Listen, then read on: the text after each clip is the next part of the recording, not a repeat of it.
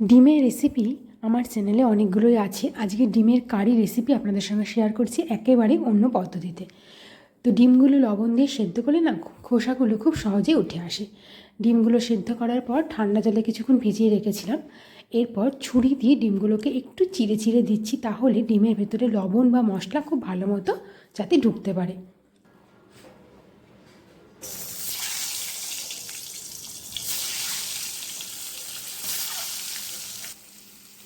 কড়াইতে হলুদ আর লবণ দিয়ে ডিমগুলো দিয়েছি, তার মধ্যে দিচ্ছি একটু কাশ্মীরি রেড চিলি পাউডার।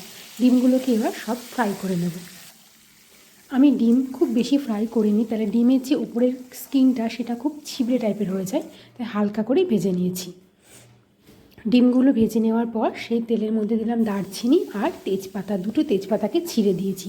ফোড়নটা একটু হয়ে আসলে তেজপাতাগুলোকে আমি উঠিয়ে রাখবো। তেলের মধ্যে দিয়ে দিলাম 3টে পেঁয়াজ।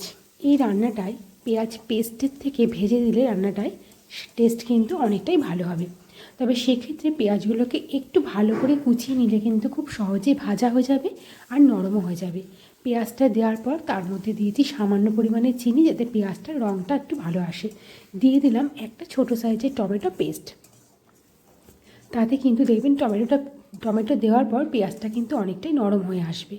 টমেটো আর পেঁয়াজ খুব ভালো মতো যখন কষানো হয়ে যাবে, তখন দিচ্ছি আদা, রসুন, কাঁচা লঙ্কা, তার সঙ্গে চিনেবাদাম, কাঁচা চিনেবাদাম 5 থেকে 6টা, সব কিছু একসঙ্গে পেস্ট করে নিয়েছি।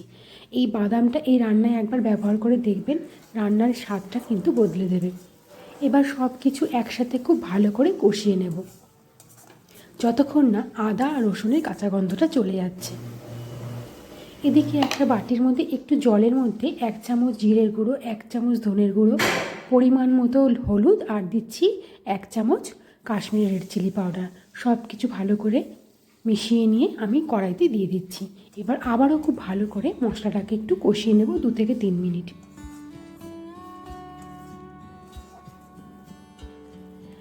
দেখুন রঙটাও কিন্তু খুব ভালো চলে এসছে।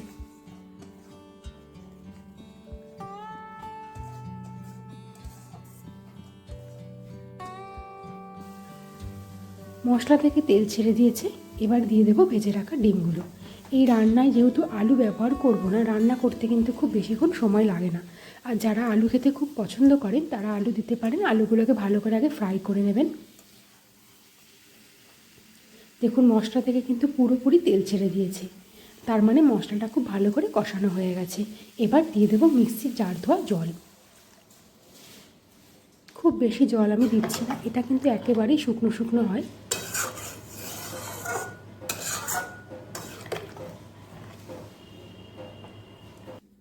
এবার যে তেজপাতাগুলো আমি তুলে রেখেছিলাম সেই তেজপাতাগুলো দিয়ে দিলাম।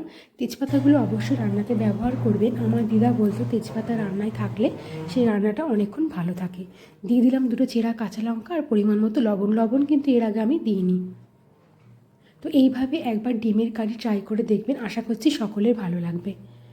তো রান্নাগুলো যদি আপনাদের ভালো লাগে অবশ্যই চ্যানেলটাকে সাবস্ক্রাইব করে রাখবেন, তাহলে নিত্য নতুন রেসিপি যখন আপনাদের সঙ্গে শেয়ার করব তাহলে খুব সহজেই দেখে নিতে পারবেন।